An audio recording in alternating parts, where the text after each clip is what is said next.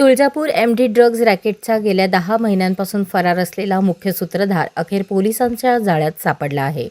तामलवाडी पोलिसांनी मुंबईतील मीरा भाईंदर परिसरातून अतुल श्याम अगरवाल याच्या मुसक्या आवळल्या आहेत. या अटकेमुळे बहुचर्चित प्रकरणाच्या तपासाला आणखी वेग येण्याची चिन्हे आहेत. राज्यभर खळबळ उडालेल्या तुळजापूर ड्रग्ज प्रकरणातील अनेक धागेदोरे उलगडण्याची शक्यता व्यक्त केली जात आहे. तुळजापूर एमडी ड्रग्ज प्रकरणामुळे राज्यातील राजकारणही चांगलेच ढवळून निघाले होते. विशेषतः नगरपालिका निवडणुकांच्या पार्श्वभूमीवर एमडी ड्रग्जवरून मोठे आरोप प्रत्यारोप झाले होते. या प्रकरणाने केवळ कायदा सुव्यवस्थेचाच नाही तर राजकीय वातावरणही तापले होते. अतुल अगरवाल हा मूळचा राजस्थानचा रहिवासी असून गेली 20 वर्षे तो मुंबईत वास्तव्यास आहे.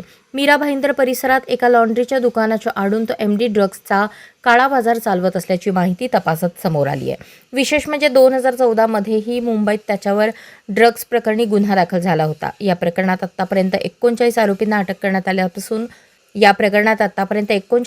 अटक करण्यात आली असून अगरवालच्या अटकेनंतर ड्रग्ज तस्करीचे व्यापक जाळे, आर्थिक व्यवहार आणि राजकीय सामाजिक संबंध यांचा पर्दाफाश होण्याची शक्यता व्यक्त करण्यात येत आहे. दरम्यान नगरपालिका निवडणुकीनंतरच मुख्य आरोपीला अटक झाल्याने निवडणुकीपूर्वी ही कारवाई का झाली नाही असा सवालही उपस्थित केला जात आहे.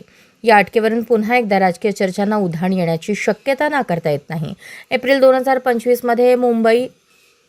2025 मध्ये पोलिसांनी मोठी कारवाई करत तुळजापुरातील तामलवाडी येथून एमडी ड्रग्जचा साठा जप्त केला होता.